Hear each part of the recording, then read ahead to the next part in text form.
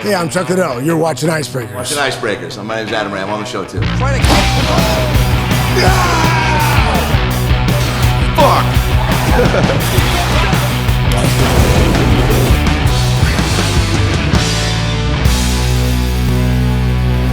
I haven't seen you for a couple weeks, and the last time I saw you was on TV. Yeah. In the ring. Reffing the Odom Carter fight. The reffing. Yeah. Oh, that was interesting. That was Yeah. good. Please break that down, because you looked like you were having a ball. You looked like you were in your element, but It was interesting. The fight right before, like, with the bet, it was probably the bet after the first round ended. Like, one of the guys punched the referee. I was like, man, I almost refereed that match. That would have been fun. If he punched me, I think I would have had to drop him. For real? I would have hit with a body shot. Just instinct, I would have hit with a reflex. body. Yeah. What do you? What? A body shot It does wasn't what? like a mistake. It wasn't like he squared up and hit him. I'm like, what are you doing? Yeah, dude. Okay, but I forget the guy's name. God, but the other guy, the referee. Yeah. I was right by that corner. The guy that punched him. Yeah.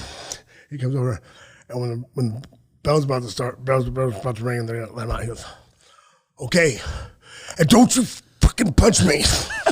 I was like, that's the best line ever from a referee. Don't you fucking hit me, man.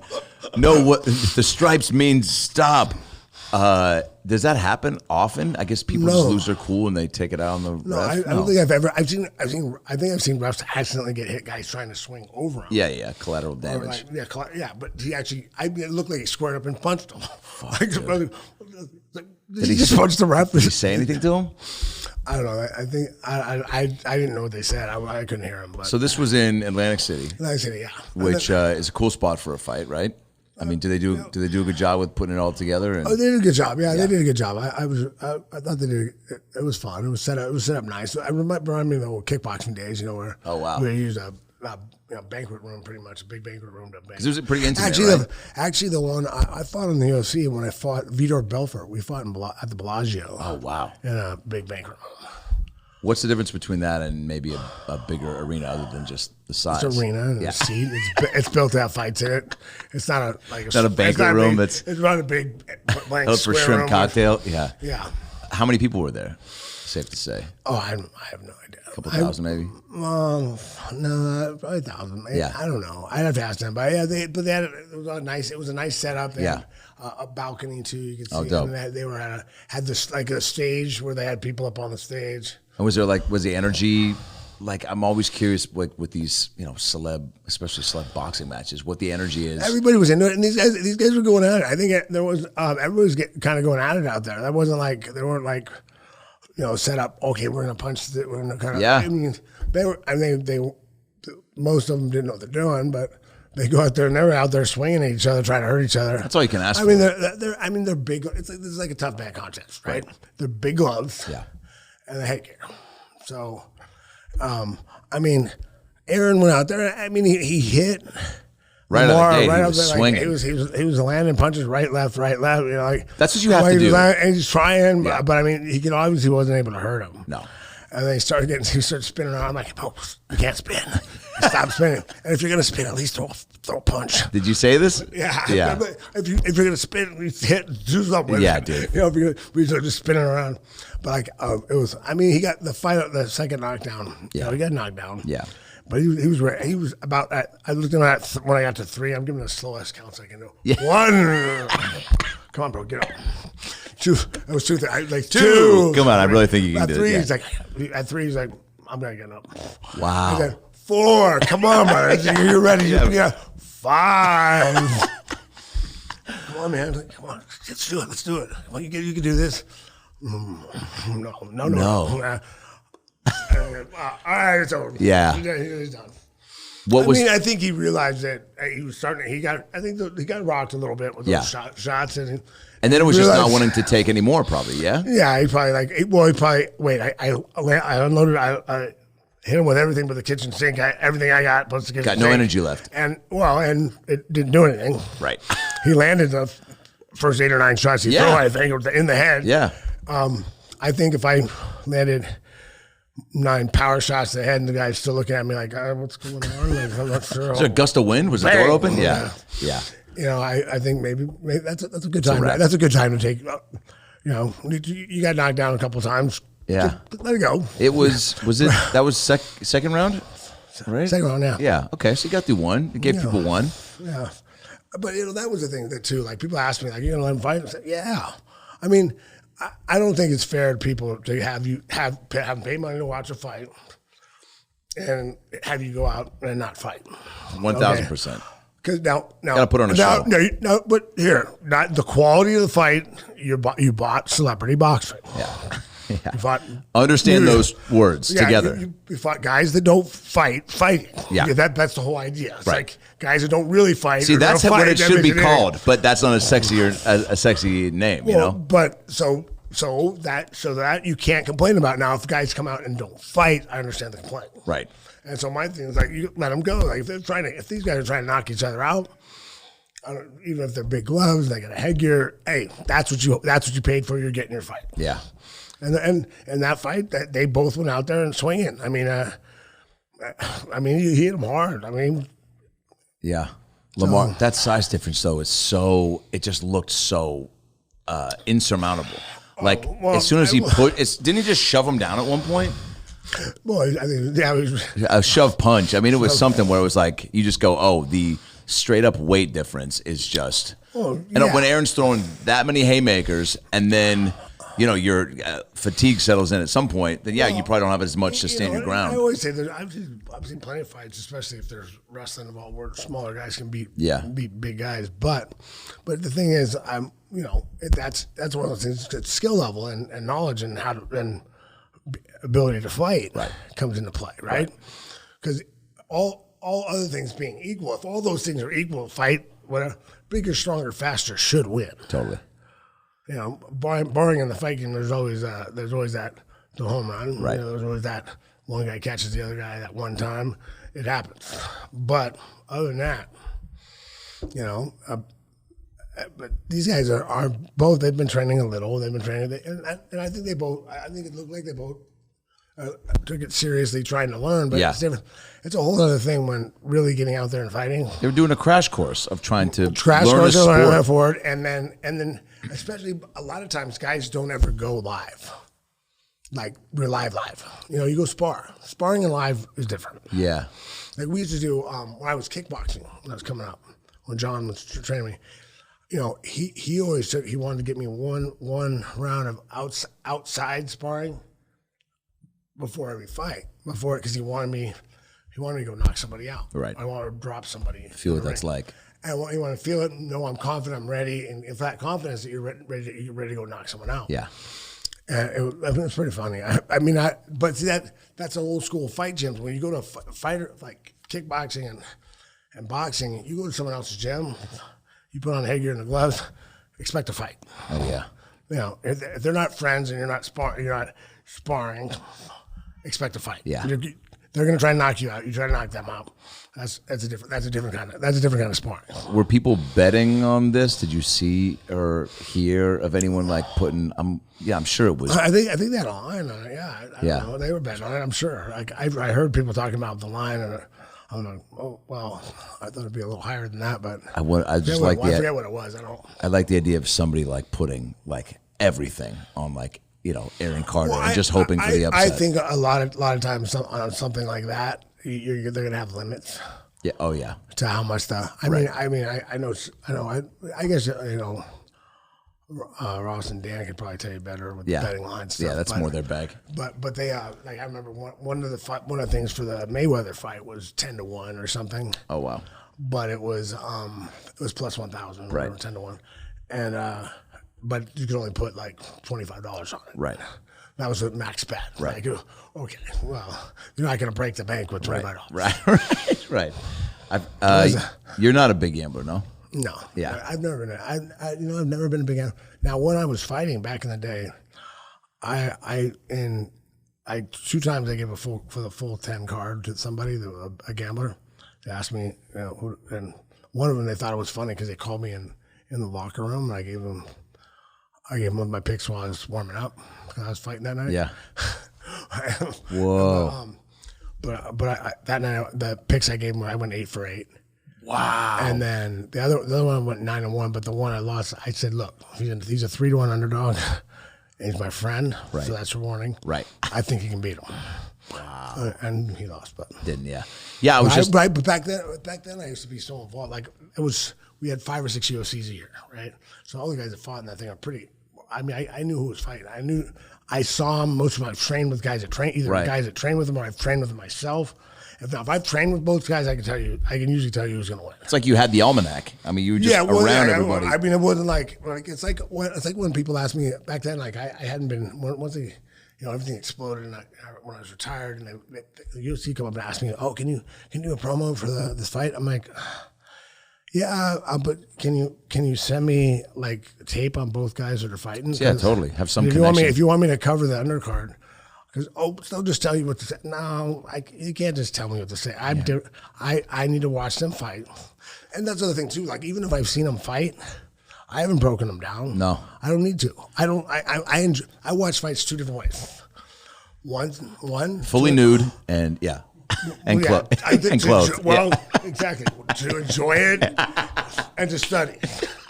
So one enjoy, one study. I'll let you figure out which one's which.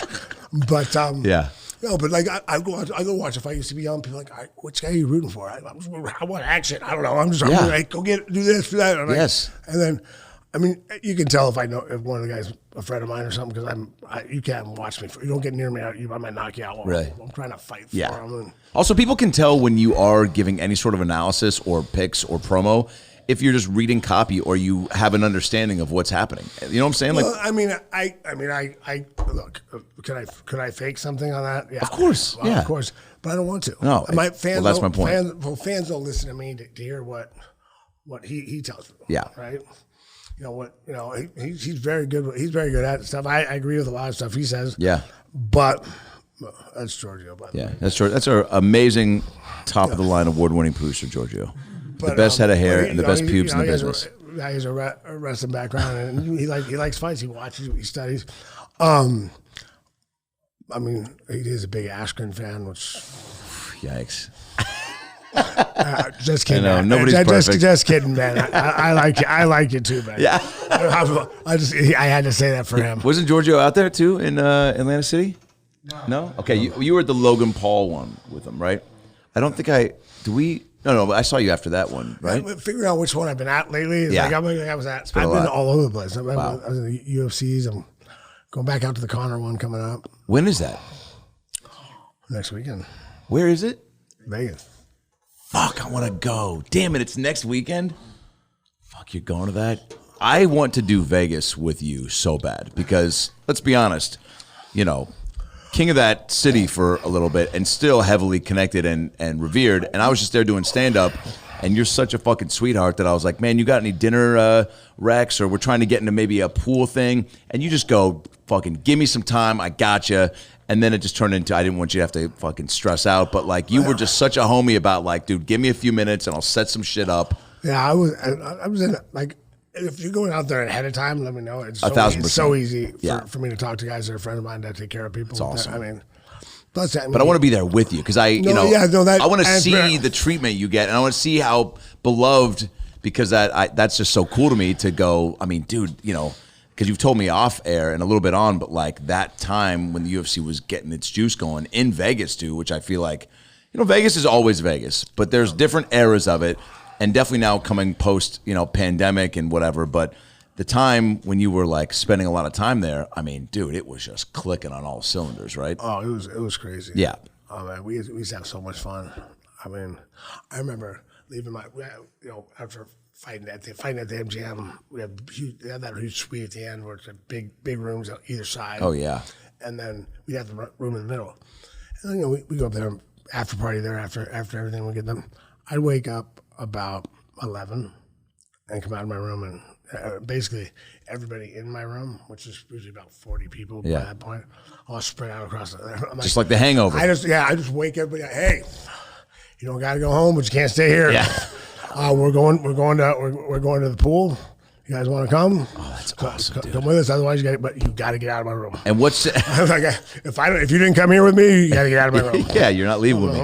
What is the pool like with Chuck Liddell? When you go down to the pool, is it like mayhem? That was shoot, man. The line for I'm drawing a blank on the name of the pool party, the huge one at the Hard Rock.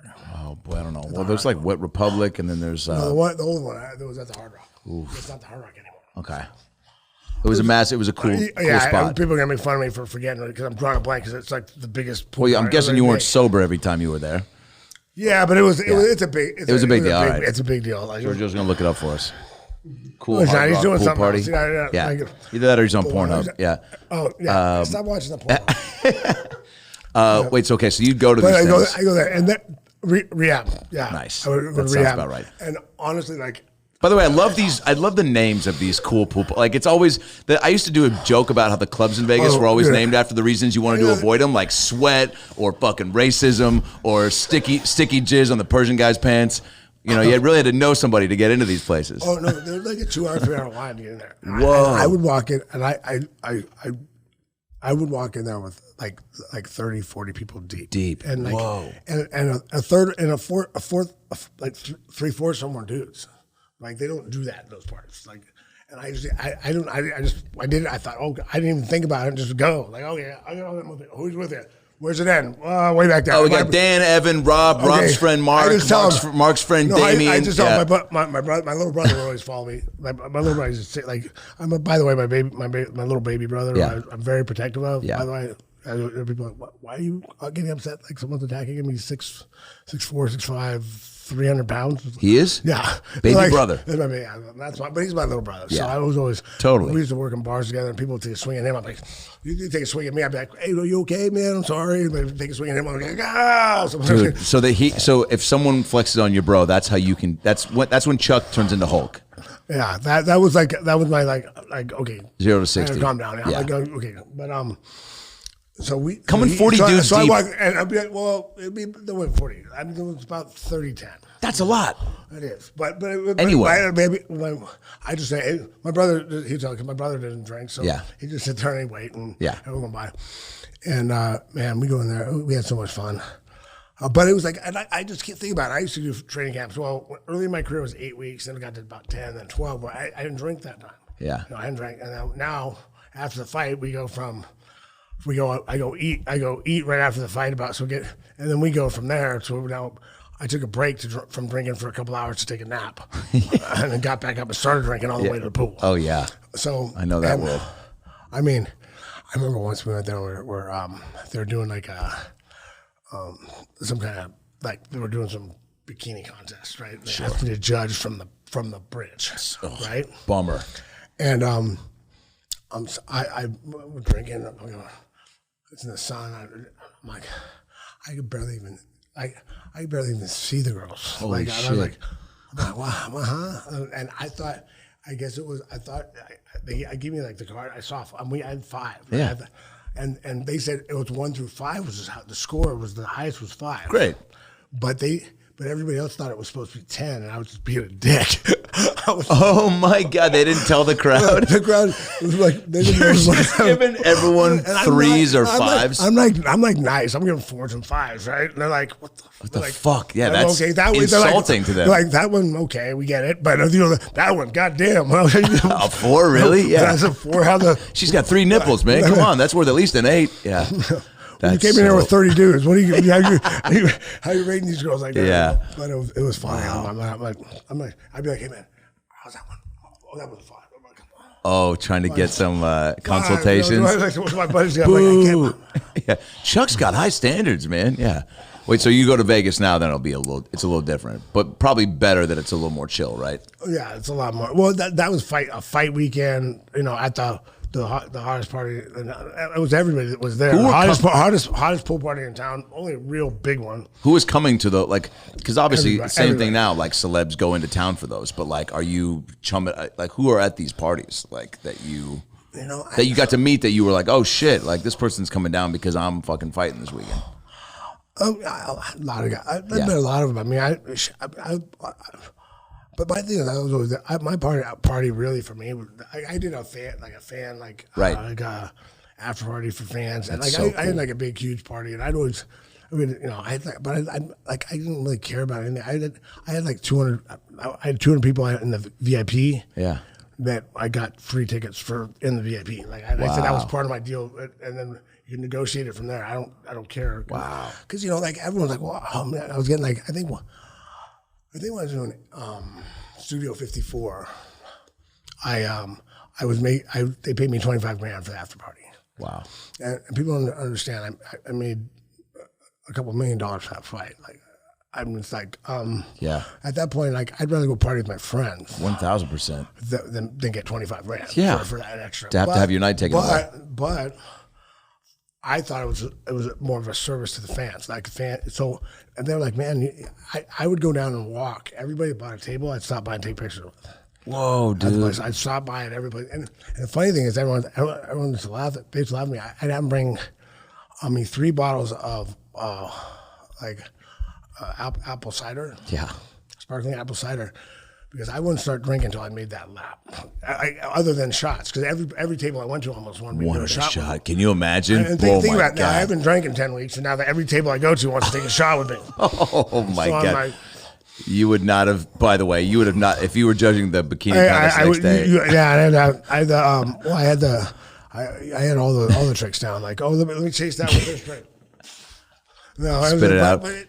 Can you imagine if you were hungover judging the next day and you hold up a 1 because you couldn't even read it, and then you puked, and the girl's like, "Wait, he puked after he saw me in a bikini. This is not a good assessment." You're like, "No, I'm hungover. I drank every shot in the fucking bar last night." Oh, Vegas used to be so. Those days, I mean, it was so. I mean, I walked back. One of my buddies met me at Baby's, and everyone was there early, so we got there late. Baby's is the name of the club? The name of the club at the bottom of the Hard Rock at the time. Wow. And we were walking to the back. We get to the back, and he used to work at Cheetah's. He's a bartender at Cheetah's, one of my good buddies, Sean Starmer. Hi. Shout out to Sean. Yeah. And we'll see him in Nebraska. If I remembered your bar's name, I would say it right now. So the bar you work at now, but he's a great bartender. You want to see him. Sean Starmer, find him. In Nebraska? In Nebraska now. He used to work in Vegas. But anyway. He was going to club with me, and we got to the back, and by the time we got to the table at the back, he goes, "Fuck you! I'm not walking through a bar with you again." Because I made him take a shot with me every time I stopped. Yeah. And bought it, and someone took a shot. We did 8 shots from the front of the bar to the back of the bar in a row. Yeah. Well, just over time. No, straight. It was a walk from the front to the back because we were going by everyone's table and, "Hey, take a shot with me." And I'm like, "Oh, okay." You're such a nice guy with that too. I can't imagine that was my other cheat for Vegas for me. A lot of times was I learned to stop drinking. My regular drinking by hand. I probably shouldn't tell people this. My friends are checking my drinks in my hand now. My drink in my hand. Yeah.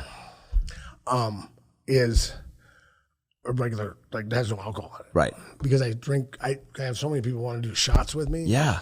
That I like, and you know, if I'm in a point where I can, yeah. I like to do it with them. Totally. So I just sip on a Red Bull or water or that way they don't want to maybe juice. Shove a shot down your throat. Oh no, then they'll still want to do the shot, but now I'm not doing double dipping. Oh, gotcha. Okay. Think about it, and that's the thing at those tables, those damn waitresses.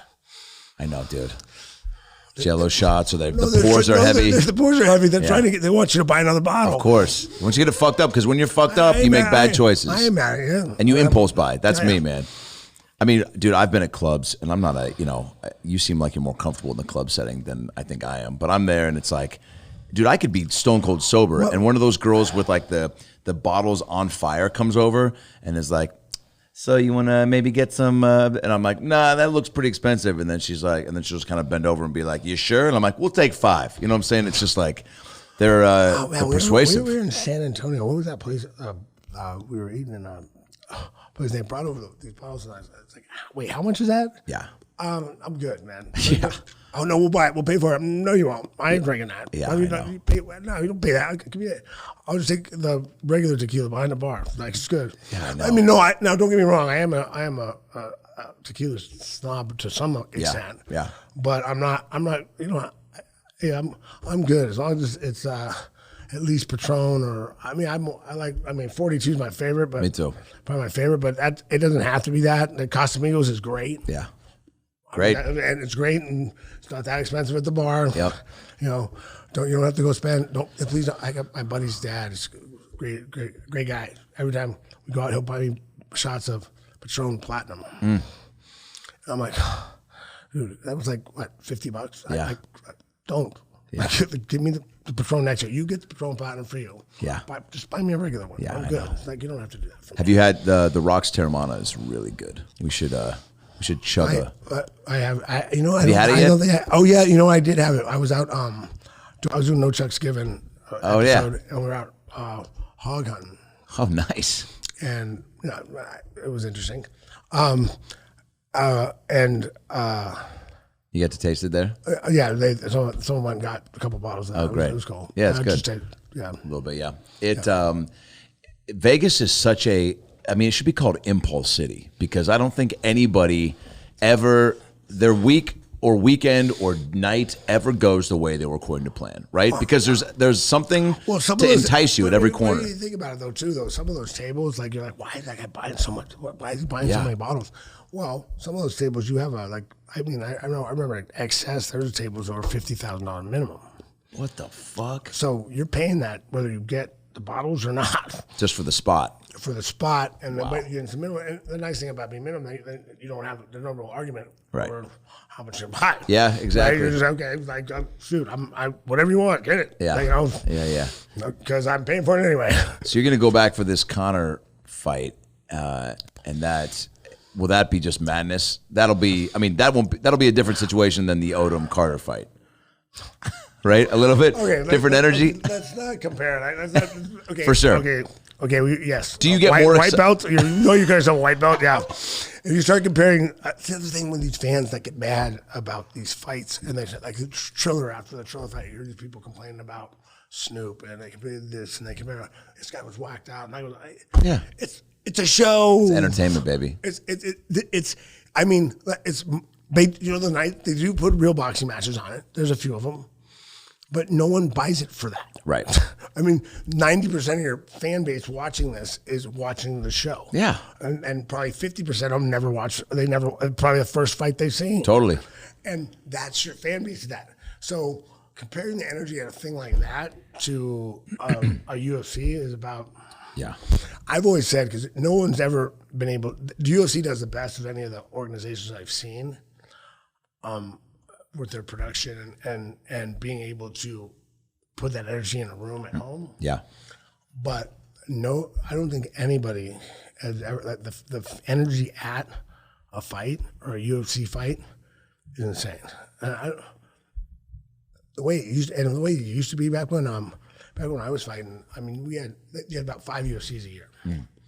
And one thing back then, it wasn't like boxing where guys start showing up about 2 fights left, right? Yeah. To their seats, to get back to their seats. Yeah. The old UFCs, everyone was there in this. I mean, it was about 80% full for the first prelim. Wow. But then again, like back then, anybody on the prelims probably would have fought on the main. It would have definitely fought on the main card. They might have been at least a semi-main event. Yeah. You know, so they back then, because you had 50 fights. Think about it. You had 5 UFCs a year. So you had 50, about 10 fights a card. Right. You had 50 fights total a year. Fast forward to today, just UFCs alone, without any of the other organizations, Bellator, any of that stuff, UFC alone has about 40 plus, right? Yeah.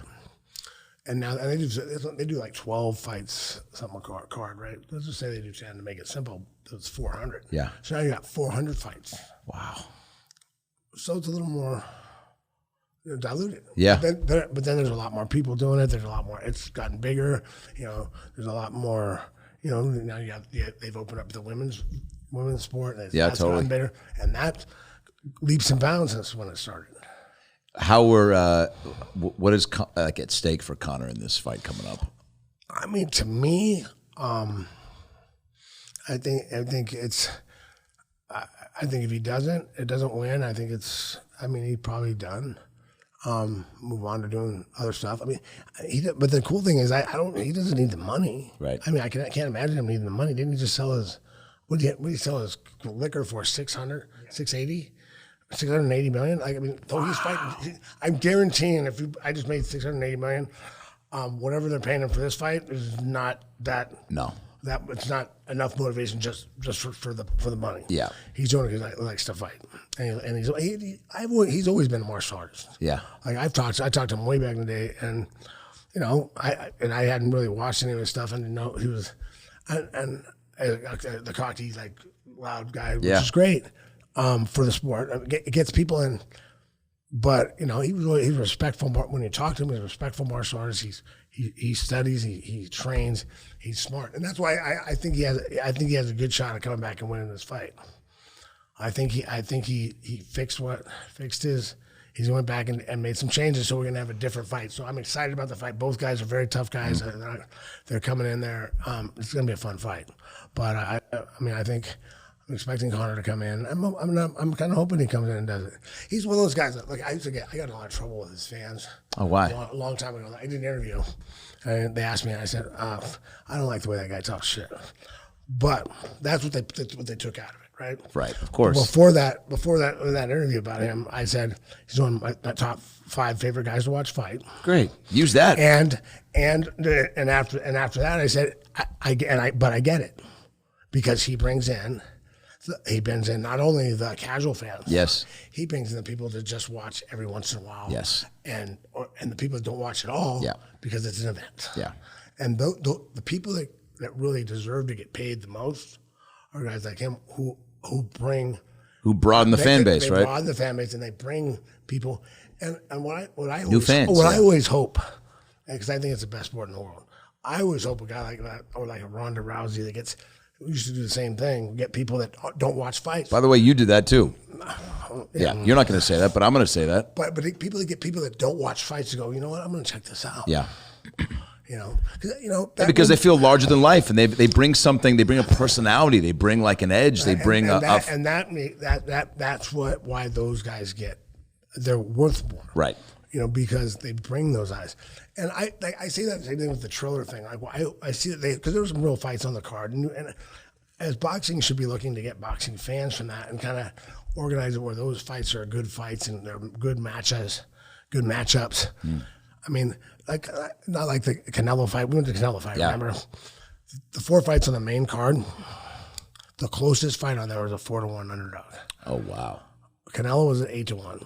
I think it was 30-1, and was it 50-1? I don't. Was it plus 5,000? There was somebody on the card. I think he was on. He might have been on the main card. Wow. Like if I'm a promoter and I put a guy that's plus 5,000 on the main card, someone slap me. Yeah. I mean that. By the way, first of all, yeah, so I'd like to see someone try to slap you, but yeah, for sure. I know, but as a fan, I mean, it's tough to.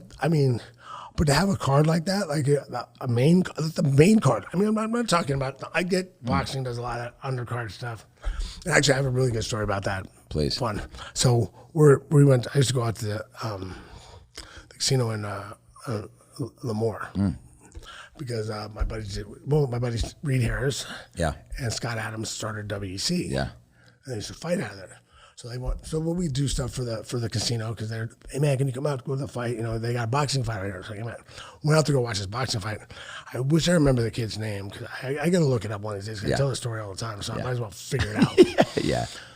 This kid was an Olympic medalist, and she's walking out. It's one of his earlier fights, but he's starting to get it ranked. I think he's ranked 4th, and just starting to get built up. He's like about, I really got to get the stats, but like 15-0, 18-0, right. 20-0, whatever. And he's fighting a kid from Mexico that's 12-12. So he walks out and he's got this whole entourage. And there's an ESPN fight or whatever. It's boxing, whatever night it was. And they're walking out. And they got like, not quite Floyd, but he had like 20 guys like walking to the ring. Like, I always think that's kind of funny. Did you see Floyd walk out? Oh, yeah. I mean, how many people did he have? Like, and it was a big. I don't think I've ever seen that. It was like he was going to rehab pool, just fucking so many dudes. Just, where are you going? The fight or the fucking cabana? Yeah, exactly. But wait, where was I? We were Georgia, where was he? walking out. Reed. Start laughing about stuff. Reed. Oh no, they asked me to come to the fight. So the guys, the crowds are out there, right? There are a bunch of people, walking him out. 20 guys. And he's out there, and this other kid walks in. Mexican kid. He's got his coach with carrying the bucket and a towel. Right. And those two walk in and they just kind of go in the corner. And the first round, he's getting peppered, out fancy, dancing around. Boxing. And but then she's like, "What?" I was like, "Ooh, I hope he doesn't. If he lands one of those, it's gonna be trouble." And first round, we win, and he's all, Yeah. Comes in the second round, by about I don't know, early in the second round, gets caught with one of those right hands. Oh, shit. He's like, gonna go sideways. Oh. And then comes back in, bang, out. Oh, shit. This kid 12-12 just dropped him, but murdered him. But it's like that big. But so you're used to that in boxing. They thought they're bringing a 12-12 guy against this. It was probably 20-1, 30.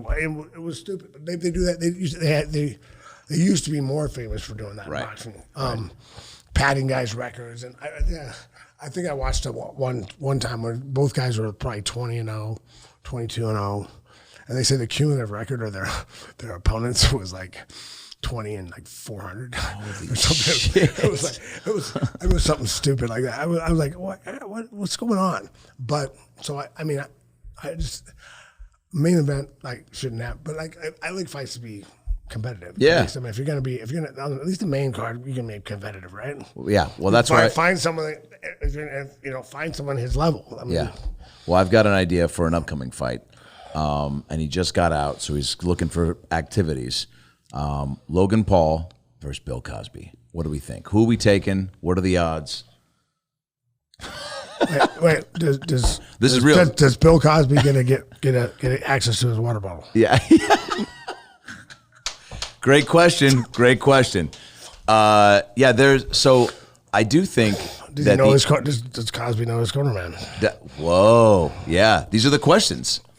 By the way, is Cosby still? I say that in jest. Could he pay off his cornerman? Probably. He's probably still got shit tons of money. These are the questions though, and this is where I think the celebrity boxing thing, and I'm very curious what you think. How crazy it'll become to where it's like, do you think the Odom Carter one was, at least successful, popular, engaging enough to make people want to see more of that? And is it going to need to be like people that are more, I don't know, have more notoriety? My thing, yeah. Well, if you really want, it's what are you pandering to? How are you, Jake and Paul are really excellent marketers for that. Yeah. And then, I'm hoping that some of the kids that really fight are taking notes on how to promote a fight. Oh wow! Yeah. Because it's the whole thing. I remember it was Nick Diaz. Yeah. He'd miss a press conference. I'm not your ballerina. I'm not gonna go out there and I'm gonna dance for you. Bro, I get it. I understand. I'm friends with him. I love him. He's a great guy. Yeah. I love those guys. They're good dudes. But they are serious. They're not. It's not an act. Right. But it's fine. Don't want to do that. Well, I don't care if you want to get up there and tell everybody that you don't want to do a dance. You hate doing this bowing and dance, or you hate doing this dance at the press conference. This is bullshit, and not say anything, say one word, or say fuck you, I don't care, I'm not doing this. Do that. Fine, just show up. Just show up and do that. Yeah. And by the way, if and that stuff, you don't want to sell any fights, you don't want to sell any tickets. When you're not getting paid, if you're fighting a guy just to see if you're better, because I know you would do that. I know Nick will fight you just to see if he can beat you. Yeah. But if that's not what you're doing, you have to do promotion. Yeah. I'm not a big fan. I'd rather, if really, I go to back in the day. Don't get me wrong. I like getting paid, but I would have fought you just to see if I could beat you. Yeah. I was just to prove I could beat you, and I would not to see if I could beat you. I thought I could beat you. I just wanted to prove it. Yeah, I would fight, but for anybody, I'll fight you in my backyard. just to show you I could beat you back then. I mean, but you know, if someone's getting paid for it, I want to get paid. Keanu Reeves once said in the movie Hardball, "The toughest thing in life is to show up. I'm blown away by your ability to show up." He said that to a bunch of kids. And guess what? Fucking, there's a lot of truth to that. Just not coming to the press part and to do the extra promo. Like, again, like you said, it's okay to not be into it and to think that like, oh, this is, I just want to focus on the competition part. But it's like, hey, man, it's now become such a thing where all those pieces are, or, you know, tie into it. I mean, don't get me wrong. If you do that once as a staging thing, It's like a gimmick, I don't know. I mean, don't get me wrong. I'm not a marketing genius, so I don't know if it makes sense here and there. But as long as it has something to do with telling a fight. I mean, the other thing too is I get guys that get mad at me because something I say trying to promote a fight. Oh, really? Like, I'm like, bro, like, do you want to sell pay-per-view? Do you get pay-per-view bonus? Yeah, okay. Do you want to sell pay-per-view? Yeah. Do you want me to go on there and tell everybody that I think you're heavily favored in this fight? You want me to go out there and tell you everybody this guy doesn't have a chance, you're going to kill him? Because that's not going to help sell any pay-per-view. If he has a chance, I'm going to go out there and show what chances he has, and I'll talk about those. Yeah. I'm not lying to anybody. Right. But I'm not. I would just go out there and say, well, if I go out there, well, he could do this, he could do that, but he probably is not going to, and this guy's going to win. You're going to fucking shoot yourself in the leg. He's probably not going to do that. He decided probably then, and John Jones is going to win. Okay. Okay. Okay. Why? Really? Like, and then Where's the suspense then? But you know, if you want me to help you promote it, Right. I'm gonna go out there and say what I think. I'm gonna say what I think could happen. Yeah. You know, what if this guy does this and he catches this? I think he can win this. Yeah. He's got it. He can do it. He can do it. I know, and he could if those things went right for that guy. Then the things I say went right for him. I feel he could win. Yeah. Are they gonna go right for him? Probably not. You know, maybe not. But they might. But but if it's just going up there and just this is a stupid fight, he's gonna kill him. Yeah. Like, what's that? Is that selling any pay-per-view for you guys? No. Did you use those pressers to like intimidate? Like, did you talk shit? That's what I said about when I got back to that Conor thing, because sometimes I skip around. Yeah. But back to when I was doing that interview, I said I don't like the fact that I'm not one for big shit talking, because I think he crosses lines that I don't think are cool. But I get it because he uses it as a tool. Right.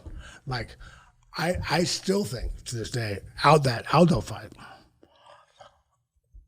could have been a different fight. Yeah. If Aldo wasn't pissed, and if Conor wasn't talking so much shit, he wouldn't have been pissed. Because got under his skin. I was a big Aldo fan. I've watched him fight for a long time, and he's kind of like an old school Thai fighter. Like the Thai fighters like just feel guys out for a round.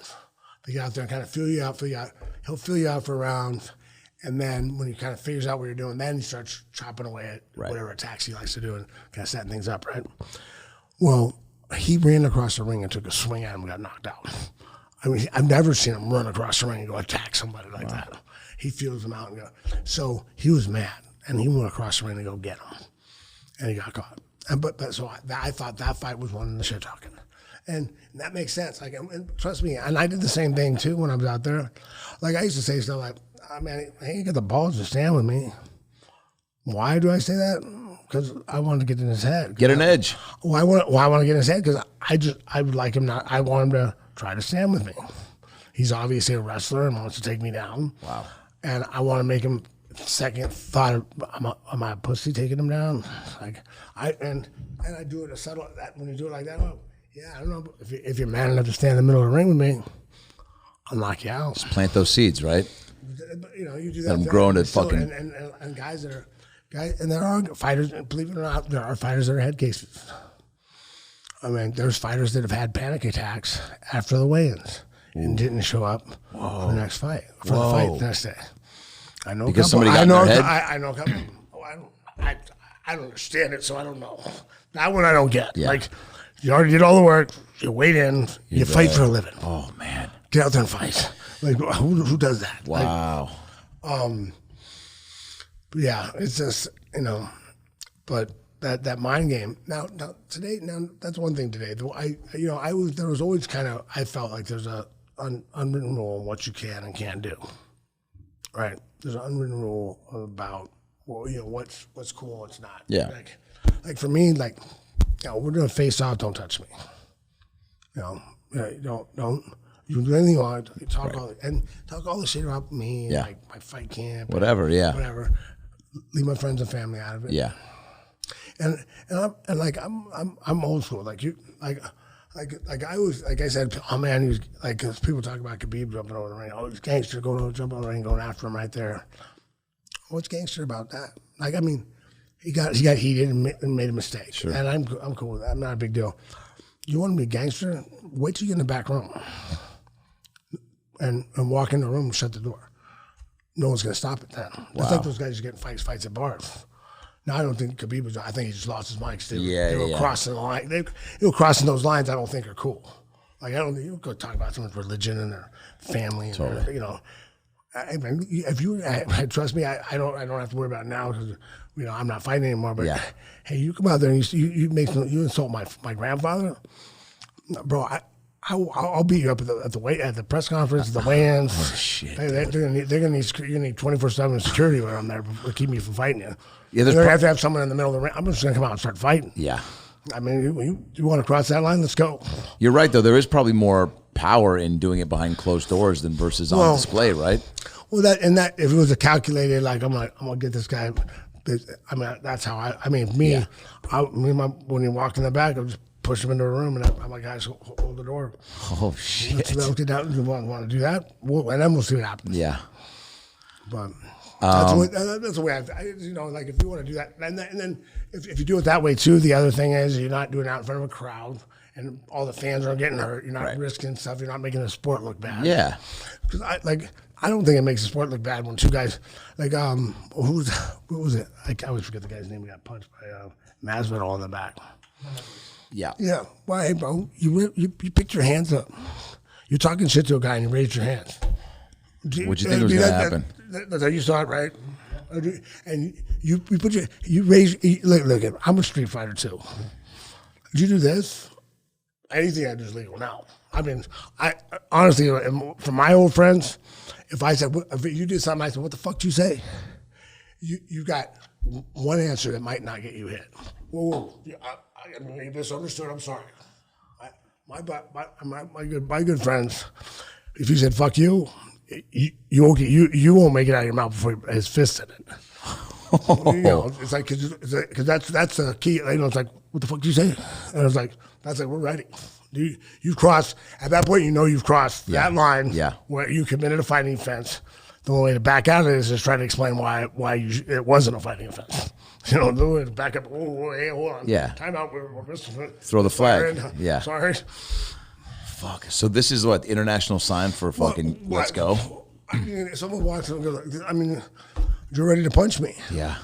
Now you got to defend yourself. I'm not waiting for you. Yeah. I mean, I would. I mean, I'm not. But I understand why you wouldn't. I mean, I wouldn't when I was a kid. Yeah. I usually say I never started a fight, but I never made it. I'd let you get out of it real easy. Right. And you commit a fighting offense. I wasn't afraid to hit you. There's a clip. I mean, I've seen you hit a lot of people for shits and giggles, but one of future guests on the show, Jason Ellis, that I just watched, I don't think I've seen you go full on. Like, I've seen you slap and hit that. Okay, what happened there? You got to understand. So we got to put everything's got a context. Great. Right? People nowadays, especially, they want to show 2 seconds, 3 seconds of a video that started here, ended here. Yep. I always tell people. I was talking to a guy. I was picking up a friend's girlfriend from the police station. Anyway, that's another story. But so I was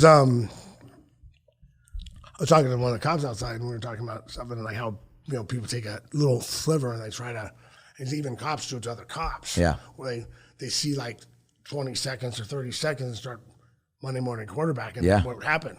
There's no context, right? What happened? I mean, shoot, back in the day, if you saw fights I got in, if they took the last 10 seconds of that, You'd still be in jail. No, if they took the last 10 seconds of it, they'd be like, what an asshole. but like they probably had. I mean, I would Look at where it starts, right? Like I always said, I would just tell people like if I hit you, your mom's gonna ask me why I waited so long. That's how big an asshole you are. Oh man! Especially after I was like 22, 23. When right. I was younger, you could probably. I'd make you. I'd always give you a chance to get out, but I'd really kind of make it really hard to take that choice. You got there by being a dick to somebody. Of course. Now you're not, so you did to yourself. You did to yourself. But wait, so this thing it was like a bar show, and it was Tony Hawk and Jason Ellis. Well, no, I think about this. It was Inked. I think it was Inked was the one, or they had the tattoo shop. Yes. That Hart and Huntington tattoo shop. Right. Actually, Huntington used to do my after parties for a long time. Oh, dope. That was cool. So we went in. I was walking by, and I wasn't fighting that weekend. We're in Vegas. Yeah. And we're in the Palms. Yeah.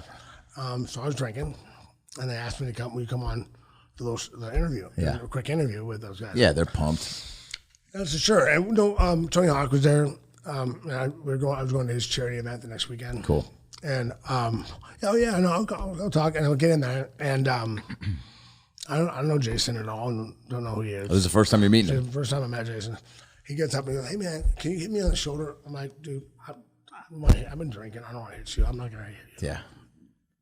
And he keeps asking. I'm laughing, and I'm like, okay. And I just kind of go. Yeah. I mean, a little bit of punch. A little bit, but nothing like it's not gonna hurt. It's not gonna hurt. Right. I obviously didn't try to hurt you with it, but I let you know. I let it enough to let you know I can hit. You might have the idea like you might not want to get hit by that. But, right. You gave him enough to taste it before. Hey man, do you really want the full meal deal? Because this is like just. But then you go, oh man, all you got. Now remember we're on camera. I don't remember exactly what he said, but I remember. I think my memory was something. Was I took from whatever he said. It was like. You don't think I can? Is that it?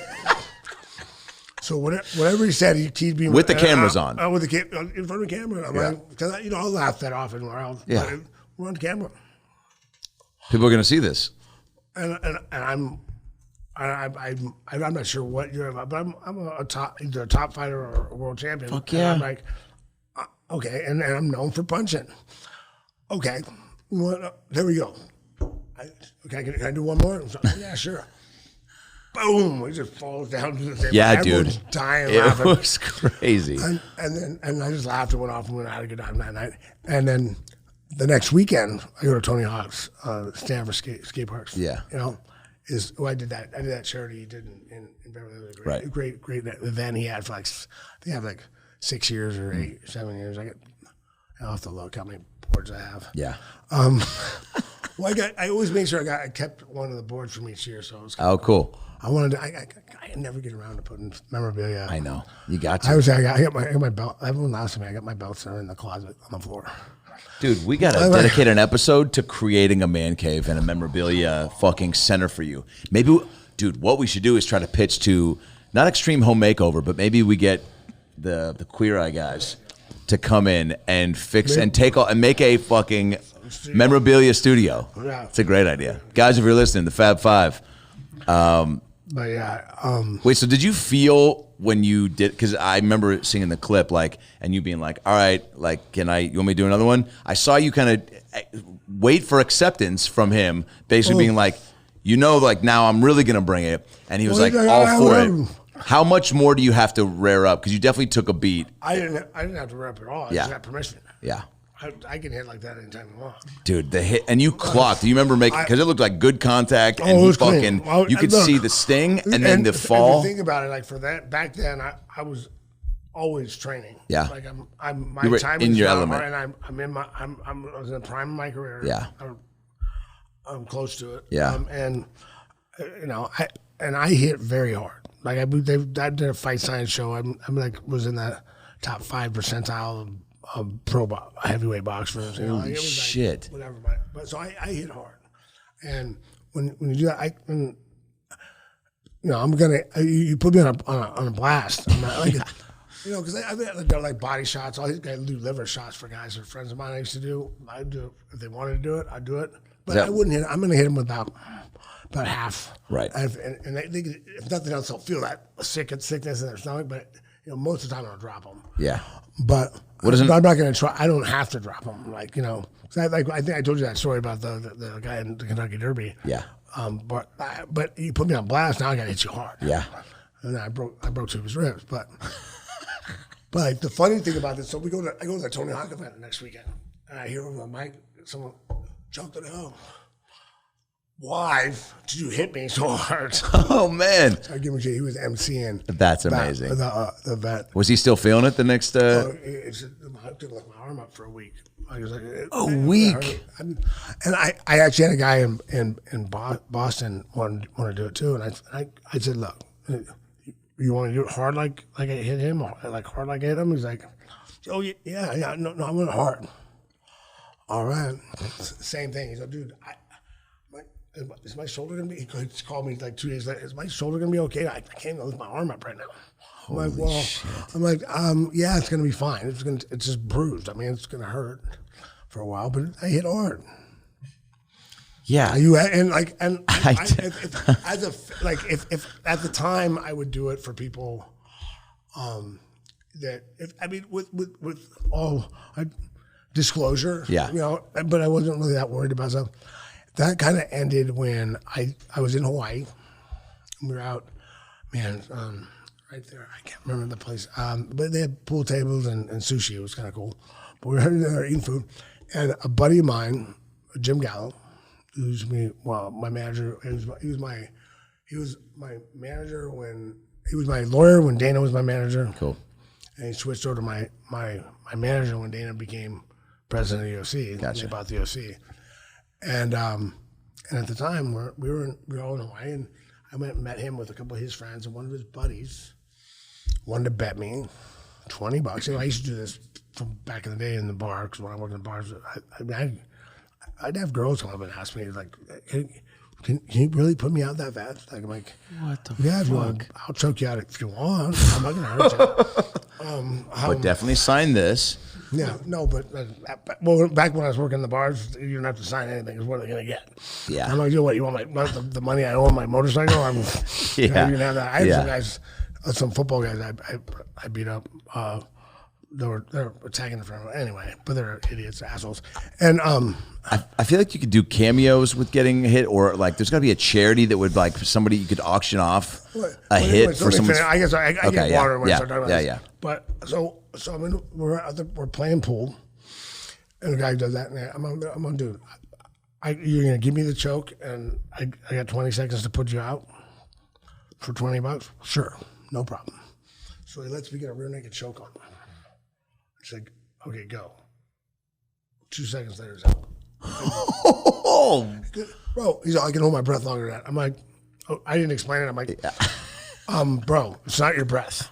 I'm cutting the blood off your breath. That's what it is. Yeah, I'm cutting the blood off.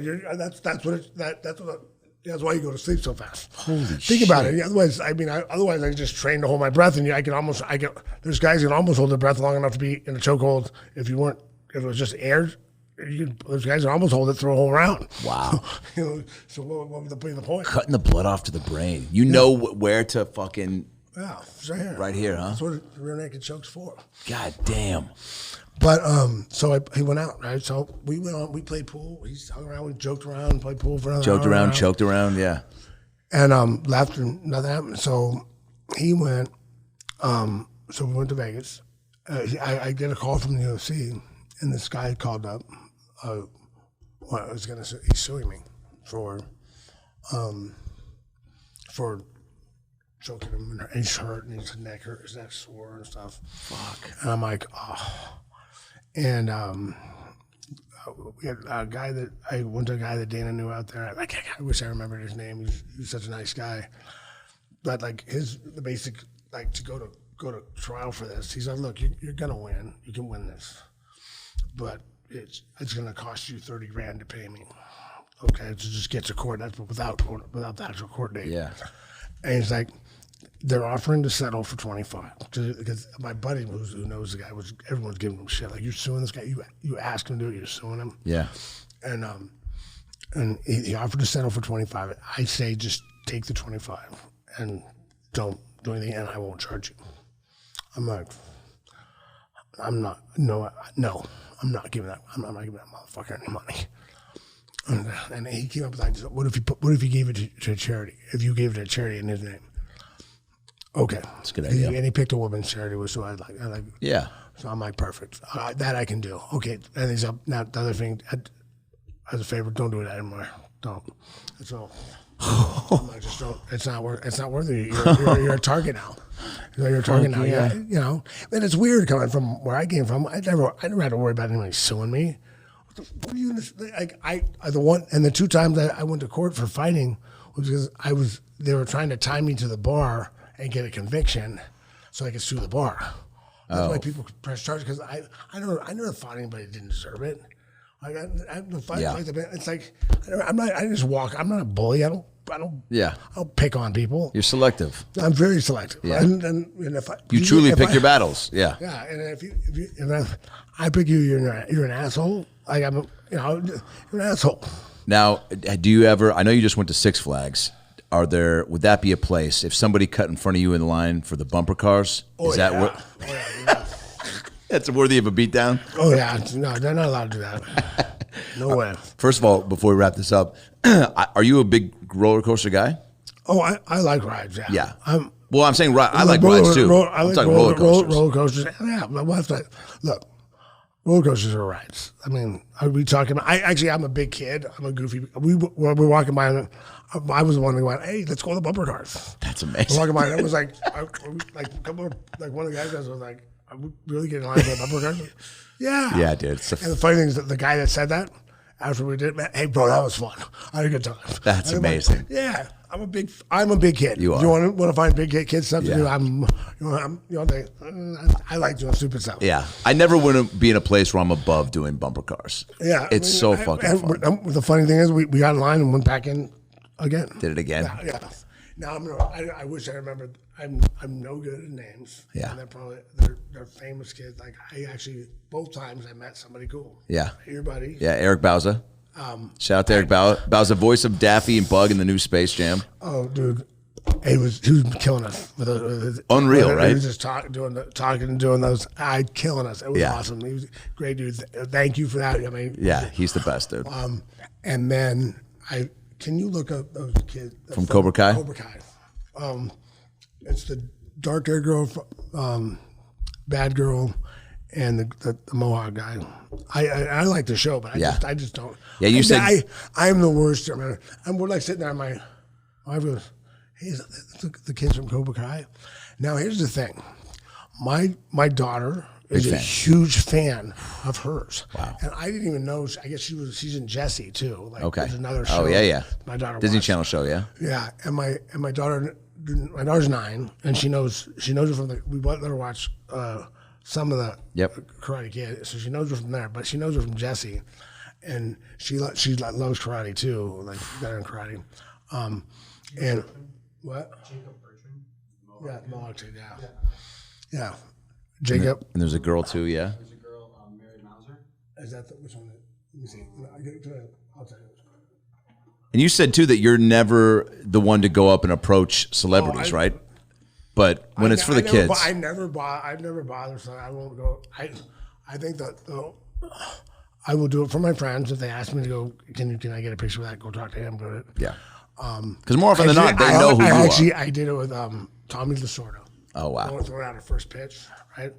And you got to understand my family in the Dodgers, and he was the manager when I was growing up. Yeah. And they're basically when baseball's over. Baseball is over when the Dodgers are out of the series. Right. I said, "Oh yeah, but it's the end." Sorry. Yeah, that's you got to use your. I was walking there and I did a. Oh, hey, Tommy Stewart, can I get? And the coolest thing for me was when I looked at him and he goes, got in his stance. I'm like, yes, man, he knows who I am. Knows who I am. Wow, like, dude, yes. that's big time. We're not like a normal like West Coast like team about their teams, you know. Right. My grandparents. It was the only time we ever got to watch eat in front of the TV is the Dodgers are playing. Wow. The only time there was a radio playing at the table is if the Dodgers are playing. So it was big. That's a sentimental one. So you went up to these guys and said, anyway, yeah. Well, hey, whoever. Mary Mauser. Yeah. But anyway, so my daughter Whoever knows. you are, my congrats. daughter, yeah, no, my daughter. Then I knew right away from the show. But, Yeah. It was funny. It was so cute because I walk up. I go, I'm sorry, I don't like to do this, but you got to FaceTime my daughter here. I'm like, Didn't even give it an option to say no. It's already going. Oh yeah, no problem. Come on, it was cool. And then they said, "Can we take a picture?" Yeah, but they were so super cool, and she's talking. And I love watching because my daughter went. So who's that? Hi, Charlie. Whoa, that's awesome. Fucking worth it, right? No, it was awesome. That's the so coolest. That's such a cool. cool thing. And she says, man, that was so cool. Like, it was awesome. You're the coolest dad for that, man. Oh, yeah. That's big time. And see, that is worth it, especially, and that's cool. Hey, that you don't. Two times in line, I met two cool people. Well, three cool people, too, but Yeah. and if we hadn't done bumper cars, I wouldn't have met them. You hear that, kids? Fucking step out of your comfort zone. Or adults who think that they're above kid shit. You never are. Great episode. Fucking good to see you. Icebreakers. We'll be back.